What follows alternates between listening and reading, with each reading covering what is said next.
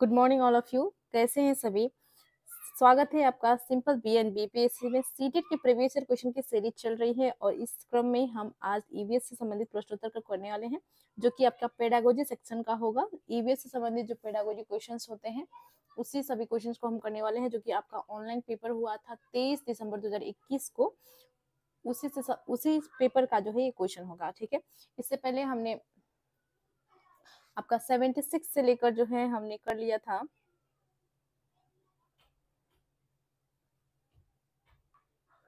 माफी से 75 से लेकर जो है हमने कर ली, 60 से लेकर 75 तक हमने कर ली थी और 66 से लेकर 90 तक का प्रश्न जो है हम इस वीडियो में करेंगे। ठीक है, तो शुरू करते हैं। चैनल को अभी तक आपने सब्सक्राइब नहीं किया है तो चैनल को सब्सक्राइब कर ले, वीडियो को लाइक एंड शेयर करें। शुरू करते हैं। हमारा प्रश्न है, ईवीएस पढ़ाने का निम्न में से कौन सा उद्देश्य शिक्षा के सतत विकास के महत्व को दर्शाता है? तो देखिए, जब आप ईवीएस आप पढ़ते हैं उसका पढ़ाने के जो है क्या महत्व है, इसका उद्देश्य जो है सतत विकास को किस तरह से जो है दर्शाता है। ईवीएस जो हम पढ़ाते हैं एज अ शिक्षक, तो ये जो है इसका उद्देश्य जो है शिक्षा के सतत विकास को महत्व को कैसे दर्शाता है आपको बताना है। तो आपके ऑप्शंस है समानता, न्याय, शांति तथा मानव के अधिकारों एवं मर्यादा के सम्मान के विषयों पर समालोचना करना। नेक्स्ट ऑप्शन है आपका तकनीकी एवं गुणात्मक कौशल का विकास करना, बच्चे के अन्वेषण के क्रियाकलापों में लगाना, डिजाइन तथा संरचनाओं के कौशल पर बल देना। तो यहाँ पे देखिए आपका उद्देश्य सतत विकास को सबसे पहले आप समझ लीजिए। सतत विकास यानी जी आपका सस्टेनेबल डेवलपमेंट को हम कहते हैं, जिसमें क्या होता है कि भावी पीढ़ियों के लिए जो है सब कुछ अपना प्रकृति पर्यावरण को संरक्षित रखते हुए जो वर्तमान जरूरतों को पूरा किया जाता है, इसे हम सतत विकास के रूप में जानते हैं। और इसमें जो है भावी पीढ़ी के लिए जो है हमारे आने वाली जो पीढ़ी है उसके लिए जो है पर्यावरण को कोई नुकसान बिना पहुंचाए, प्रकृति को बिना नुकसान पहुंचाए जो है हम क्या करते हैं, अपनी जरूरतों को भी पूरा कर लेते हैं। इसे हम सतत विकास के रूप में जानते हैं। और ईवीएस पढ़ाने का कौन सा उद्देश्य शिक्षा के सतत विकास को महत्व को दर्शाता है, आपको इसमें ऑप्शन बस चुनना है। तो देखिए, आपका तकनीकी और गुणात्मक कौशल का विकास करना ये नहीं होगा, बच्चे के अन्वेषण क्रियाकलापों में लगाना नहीं, डिजाइन और संरचना कौशल पर बल देना ये भी नहीं होगा। आपका हो जाएगा समानता, न्याय, शांति तथा मानव के अधिकारों एवं मर्यादा के सम्मान के विषय में समालोचना करना। ऑप्शन नंबर 1 आपका इसमें सबसे उपयुक्त है। ऑप्शन नंबर 1 आपका करेक्ट हो जाएगा। नेक्स्ट क्वेश्चन देखते हैं। क्वेश्चन नंबर 77 है हमारा, प्राइमरी स्तर पर ईवीएस का प्रकरण आपस में संबद्ध एवं अंत संबंधित है क्योंकि। तो देखिए, आपने देखा होगा प्राइमरी स्तर पर जो है बहुत सारे सब्जेक्ट्स नहीं होते हैं। ईवीएस का जो है क्या होता है कि प्रकरण जो भी है इसमें विषय नहीं होती है, इसमें प्रकरण होते हैं, थीम होते हैं, उपथीम होते हैं। ठीक है, तो इसमें जो है आपने देखा है कि एनसीईआरटी की बुक्स यदि आपने पढ़े होंगे तो उसमें आपने देखा होगा, इसमें जो ईवीएस है पर्यावरण है उसी में आपका जो है आपका आ जाएगा सामाजिक सोशल साइंस, सामाजिक विज्ञान है वो उसी के अंतर्गत आ जाता है आपका, और पर्यावरण भी उसी के अंतर्गत आ जाता है। तो बहुत सारे विषय को जो है क्या किया गया है कि एक में जोड़ दिया गया है प्राइमरी स्तर पर। ठीक है, जैसे बच्चों को कंफ्यूजन भी नहीं होता है और एकीकृत रूप से जो है क्या होता है, बच्चे जो है इसे आसानी से पढ़ सकते हैं। तो देखिए आपके ऑप्शंस क्या क्या दिए गए हैं। ईवीएस का एकीकृत स्वरूप एकदम सही है। ईवीएस का अनुशासनीय स्वरूप नहीं, एकल विषय नहीं, विषय पर आधारित स्वरूप नहीं। तो देखिए, आपका प्राइमरी स्तर पर ईवीएस का प्रकरण आपस में संबंध और अत संबंधित है क्योंकि ईवीएस का एकीकृत स्वरूप है। ठीक है, ऑप्शन नंबर 1 आपका करेक्ट हो जाएगा। नेक्स्ट क्वेश्चन की ओर बढ़ते हैं। क्वेश्चन नंबर 78 है हमारा, ईवीएस का स्वरूप बाल केंद्रित है। देखिए, ईवीएस का स्वरूप जो है बाल केंद्रित क्यों है, आपको इसमें बताना है। अनुभवों द्वारा सीखने पर केंद्रित होना, ईवीएस के प्रत्ययों पर विषयों का शिक्षण, विद्यार्थी के व्यवहार में इच्छित बदलाव, विद्यार्थियों का सामाजिक भावनात्मक कौशलों का विकास। तो देखिए, बाल केंद्रित ही शिक्षा होनी चाहिए और ईवीएस जो है वो बाल केंद्रित ही बनाया गया है। तो इसके पीछे क्या कारण है आपको इसमें बताना है इसमें। ठीक है, तो एनईपी 2020 में ये बात कही गई है कि शिक्षा जो है बाल केंद्रित होना चाहिए। ये भी आप याद रखेंगे। तो अनुभवों द्वारा सीखने पर केंद्रित होना करेक्ट हो जाएगा। और ईवीएस के प्रत्यय पर विषयों का शिक्षण नहीं, व्यवहार में इच्छित बदलाव लाना इसके लिए नहीं, विद्यार्थियों के सामाजिक भावनात्मक कौशल के विकास के लिए जो है ऐसा नहीं किया गया। बाल केंद्रित शिक्षा है क्योंकि अनुभवों द्वारा सीखने पर जो है ये केंद्रित होता है, इसलिए ईवीएस जो है बाल केंद्रित, ईवीएस का स्वरूप जो है बाल केंद्रित है। ठीक है, ऑप्शन नंबर 1 आपका करेक्ट हो जाएगा। नेक्स्ट देखते हैं, क्वेश्चन नंबर 79 है हमारा, निम्न में से कौन सा ईवीएस के पाठ्यचर्या का उपथीम है? तो देखिए, यदि आपने थीम आप याद रख लेंगे, 6 थीम है उसको भी याद रख लेंगे, और उपथीम जो आते हैं वो भी आपको याद कर लेना है। तो यहाँ पे देखिए आपके ऑप्शंस हैं खाद्य पदार्थ, जल, आश्रय, संबंध। ठीक है, तो खाद्य पदार्थ जो है आपका नहीं होगा, जल जो है आपका थीम है, उपथीम नहीं है। आश्रय भी आपका थीम है, लेकिन संबंध जो है ये आपका उपथीम है। ठीक है, फैमिली एंड फ्रेंड्स होता है, उसी के अंतर्गत जो है आपका ये आता है रिलेटिव, यानी कि रिलेशनशिप जो आएगा वो संबंध जो होगा ये आपका क्या है, उपथीम है। ठीक है, जो फैमिली एंड फ्रेंड्स के अंतर्गत आते हैं, एनिमल और प्लांट्स भी आते हैं, रिलेशन भी आता है, तो ये आपका उपथीम हो जाएगा। जल जो है आपका क्या है, भोजन, जल, यात्रा, ये सभी जो है चीजें हम करते और सीखते हैं, ये सभी जो है क्या है, ये जो है थीम है। ठीक है, और प्लांट, एनिमल यानी कि पौधे और जंतु, रिलेशनशिप, ये सभी उपथीम होगा। तो ऑप्शन नंबर 4 आपका इसमें करेक्ट हो जाएगा। नेक्स्ट देखते हैं, क्वेश्चन नंबर 80 है हमारा, एनसीईआरटी का ईवीएस का अध्याय 23 पोचमपल्ली डैश पर आधारित है। तो पोचमपल्ली जो चैप्टर है अध्याय 23 जो एनसीईआरटी के ईवीएस बुक में दिया गया है, पोचमपल्ली किस पर आधारित है आपको बतानी है। आपके ऑप्शन है वास्तविक स्थान, वास्तविक घटनाएं, वास्तविक लोग व उनके अनुभव, वास्तविक चित्र। तो देखिए जो पोचमपल्ली है ये जो है आपका ये अध्याय जो आधारित है आपका वास्तविक लोग व उनके अनुभवों पर। ऑप्शन नंबर 3 आपका करेक्ट हो जाएगा। क्वेश्चन नंबर 81 है हमारा, निम्न में से कौन से क्रियाकलापों का सुझाव हमारे भोजन का उत्पादन कौन करता है प्रकरण खाद्य के प्रश्नों को संबोधित करने के लिए उपयुक्त है। देखिए आपने पढ़ा होगा हमारे भोजन का उत्पादन कौन करता है, इस प्रकरण को जो है खाद्य के प्रश्नों को संबोधित करने के लिए उपयुक्त कौन सा है। तो देखिए आपके ऑप्शन है किसानों के वृत्तांतों को साझा करना, सही हो जाएगा। किसी खेत में जाना एवं अवलोकन करना, अंकुरण के लिए अनुकूल परिस्थितियों के लिए प्रयोग करना, सही है। और देखते हैं, कुछ डबल रोटी एवं अन्य पदार्थ को कुछ दिनों के लिए रख देना, नहीं, ये आपका नहीं होगा। तो जो देखिए आपके मैं आपको पूरा दिखा दे रही हूँ यहाँ पे।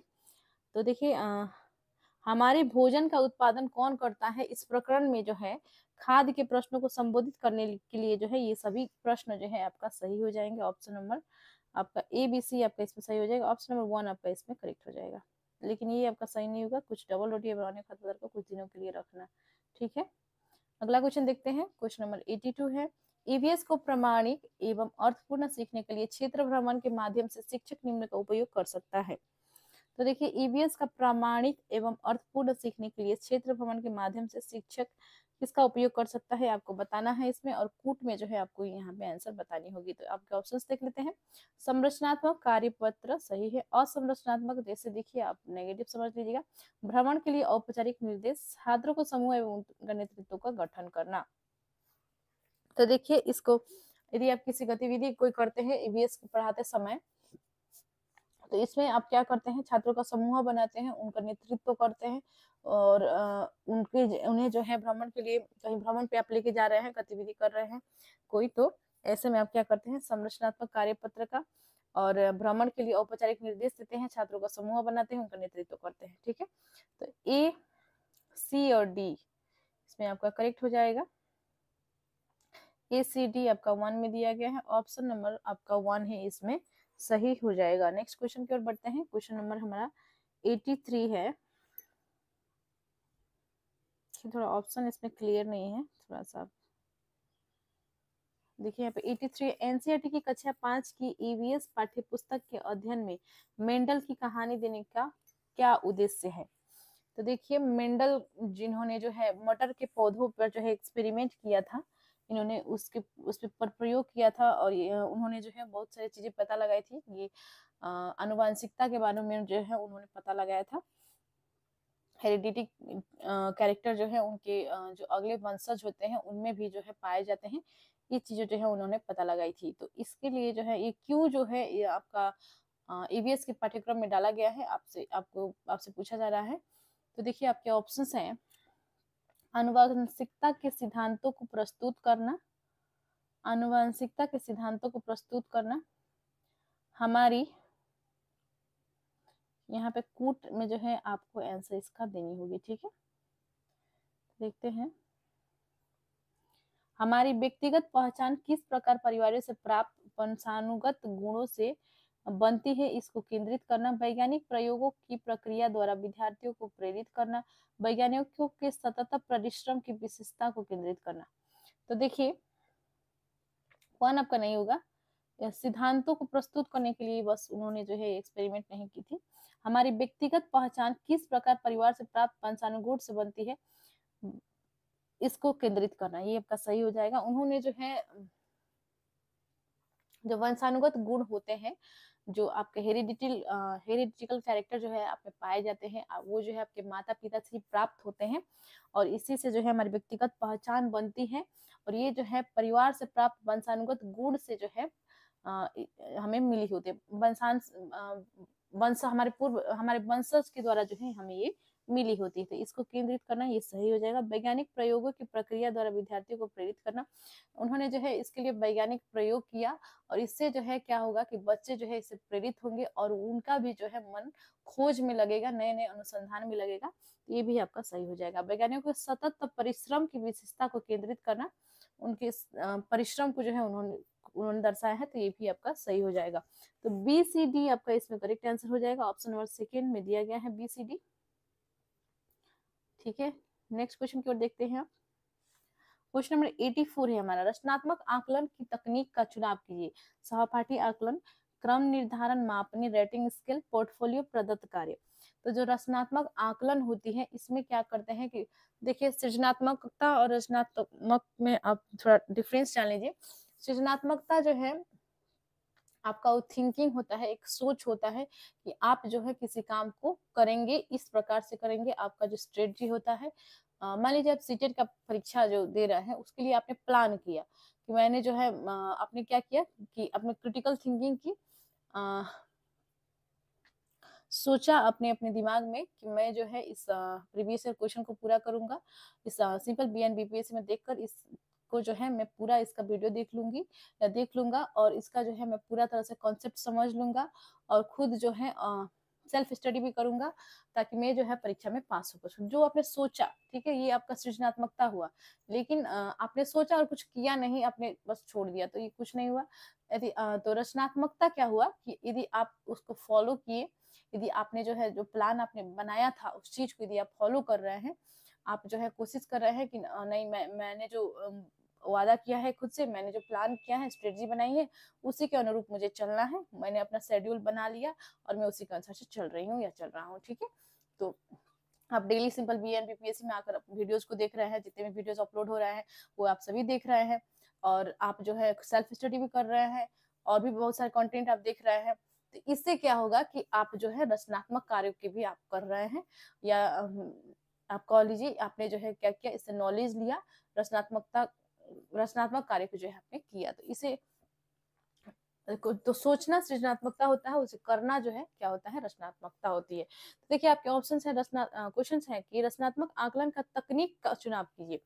तो सहपाठी आकलन जो इसमें हो जाएगा वो आपका हो जाएगा रचनात्मक आकलन, जो आपका होता है पेयर एडजस्टमेंट जो होता है, आपका पेयर रिव्यू होता है, उसे हम सहपाठी आकलन के रूप में जानते हैं। तो सहपाठी आकलन आपका रचनात्मक आकलन है। ऑप्शन नंबर 1 आपका करेक्ट हो जाएगा। नेक्स्ट देखते हैं क्वेश्चन नंबर 85। निम्न में से कौन सा उपकरण अवलोकन का तकनीक पर आधारित है। तो देखिए अवलोकन के लिए, एडजस्टमेंट के लिए जो है आपके कौन सा इवैल्यूएशन के लिए जो है आपका कौन सा तकनीक पर जो है आधारित है उपकरण, आपको बताना है। कागज पेंसिल टेस्ट, प्रदत्त कार्य, कार्यपत्रक, पोर्टफोलियो। तो देखिए यहाँ पे जो यदि आप बच्चों का जो है आकलन करना चाहते हैं तो इसके लिए जो है आपका पोर्टफोलियो सबसे उपयुक्त होगा यहाँ पे, क्योंकि इसमें जो है आपका सब बच्चों का जो भी क्रिएटिविटी है, जो भी उसका कार्य है, वो सभी जो है एडजस्टमेंट करके आप इसको जो है आप अपना पोर्टफोलियो में जो है क्या करेंगे, उसे लिखेंगे और उसका जो है पूरा आकलन करके आप जो है उसका वहाँ पे उसका रिकॉर्ड रखेंगे। तो ऑप्शन नंबर 4 आपका करेक्ट हो जाएगा। नेक्स्ट देखते हैं क्वेश्चन नंबर 86। विद्यार्थी किस प्रकार ईवीएस में सीख रहे हैं, इसका आकलन करने के लिए निम्न में से कौन सा सूचक उपयोग किया जा सकता है। देखिए विद्यार्थी जो है किस प्रकार से सीख रहे हैं, किस प्रकार से जो है आपको इवेलुएट करना है, आपको आकलन करना है कि कैसे जो है बच्चे सीख पा रहे हैं कि नहीं सीख पा रहे हैं। इसका जो है सूचक कौन सा उपयोग आप कर सकते हैं। तो देखिए आपके ऑप्शन है विचार विमर्श, याद, प्रत्याहन, बता देना, स्पष्ट कर देना। तो देखिए आपका हो जाएगा सबसे अच्छा जो होगा आपका वो हो जाएगा विचार विमर्श, सही हो जाएगा इसमें। तो विचार विमर्श के माध्यम से जो है आप क्या कर सकते हैं कि बच्चे जो हैं विद्यार्थी किस प्रकार से ईवीएस सीख रहे हैं इसका आकलन आप कर सकते हैं। याद करा कर नहीं होगा, प्रत्याहन करके नहीं होगा, बता देने से, स्पष्ट कर देने से नहीं होगा। तो विचार विमर्श सबसे उपयुक्त ऑप्शन होगा इसमें। नेक्स्ट देखते हैं क्वेश्चन नंबर 87 है हमारा। निम्नलिखित में से क्या पर्यावरण अध्ययन की कक्षा में शिक्षक के लिए आसान है। विद्यार्थियों को सूचना देना, विद्यार्थियों के विचारों को महत्व देना, विद्यार्थियों को सीखने का अवसर प्रदान करना, विद्यार्थियों को व्यस्त रखना। तो देखिए पर्यावरण अध्ययन की कक्षा में शिक्षक के लिए सबसे क्या आसान है आपसे पूछा गया है यहाँ पे। तो विद्यार्थियों को सूचना देना सबसे आसान कार्य होगा। तो ऑप्शन नंबर 1 ही आपका करेक्ट हो जाएगा इसमें।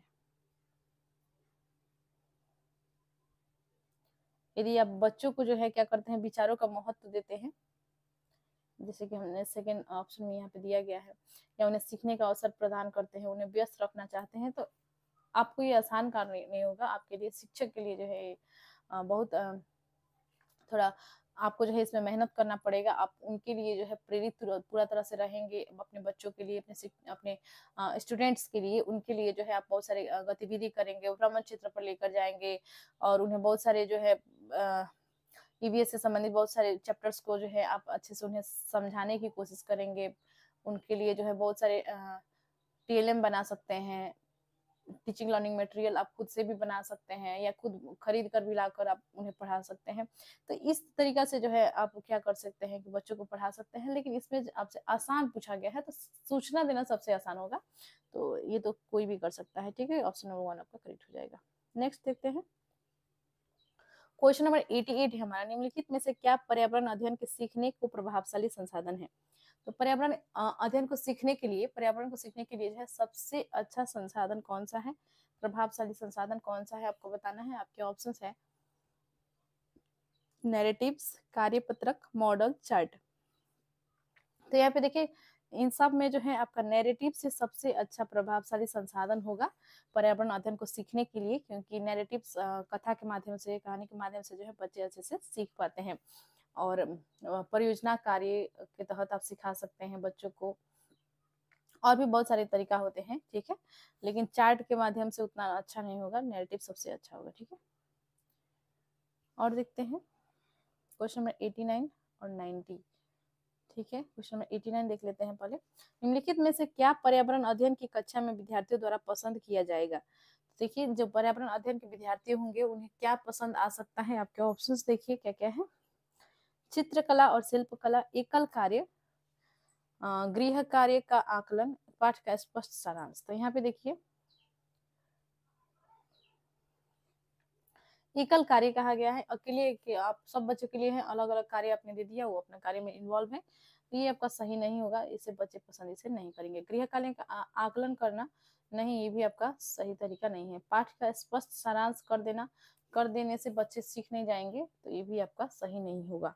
तो देखिए जो बच्चों को जो है पसंद आता है चित्रकला और शिल्पकला, बच्चों को जो है कुछ खुद से करने में इंटरेस्ट आती है, समूह कार्य में करने में उन्हें जो है अच्छा लगता है, मजा आता है, ठीक है। तो बच्चों को जो है क्या करना चाहिए कि साथ में ग्रुप वाइज बांटकर और उन्हें जो है क्या करना चाहिए कि मतलब साथ में चित्रकला बनाओ, कुछ पेंटिंग्स बनाओ, कुछ जो भी उनको आते हैं। छोटे छोटे बच्चे तो उतना कुछ नहीं कर पाते हैं, लेकिन कलर ही दे दिया जाए तो कलर ही करना सीखते हैं, बहुत कुछ उसी के माध्यम से जो है सीख रहे होते हैं। और जैसे कि सहपाठी के साथ करते हैं तो उनके साथ वो रह कर भी बहुत कुछ और भी सीख लेते हैं। तो ये आपका सबसे सही हो जाएगा, बच्चे जो है इसी को पसंद करेंगे, चित्रकला और शिल्पकला। ऑप्शन नंबर 1 आपका करेक्ट हो जाएगा। नेक्स्ट देखते हैं, इस वीडियो का लास्ट क्वेश्चन होगा ये। पर्यावरण अध्ययन की कक्षा में विद्यार्थियों को अवसर मिलता है प्रश्न पूछने का, परिभाषा सीखने का, अवधारणाओं का कथन देने का, वर्णन करने का। तो यहाँ पे देखिए बच्चों को जो है क्या अवसर मिलता है। तो देखिए करेक्ट आपने इसका जो है पहले ही आपको पता चल गया होगा, क्योंकि प्रश्न पूछना ही सबसे अच्छा माना जाता है। परिभाषा उतना नेगेटिव वर्ड है, अवधारणों को कथन देने का, वर्णन करने का। देखिए सबसे उपयुक्त जो है आपका हो जाएगा प्रश्न पूछने का, क्योंकि बच्चे के अंदर जो है बहुत बच्चे जो है जिज्ञासु होते हैं और उनके अंदर जो है बहुत सारे सवाल जो है होते हैं। तो बच्चों को यदि प्रश्न पूछने का अवसर प्रदान किया जाता है तो वो बहुत अच्छे से जो है अपनी सीख पाते हैं। वो अपनी जो जिज्ञासा है उनके बारे में वो उन्हें नॉलेज मिलता है, वो उस चीज के बारे में जो है जान पाते हैं। तो प्रश्न पूछने का अवसर देना ये सबसे अच्छा होता है। और ईवीएस के पार्ट, हाँ, पर्यावरण अध्ययन में ईवीएस में जो है ऐसा उन्हें अवसर प्रदान किया जाता है कि अवसर उन्हें मिलता है कि वे जो है प्रश्न को पूछे। तो 90 तक ही हम करेंगे इस वीडियो में, और मिलते हैं नेक्स्ट वीडियो में। चैनल को सब्सक्राइब कर लीजिए प्लीज, और वीडियो को लाइक एंड शेयर भी करें। धन्यवाद।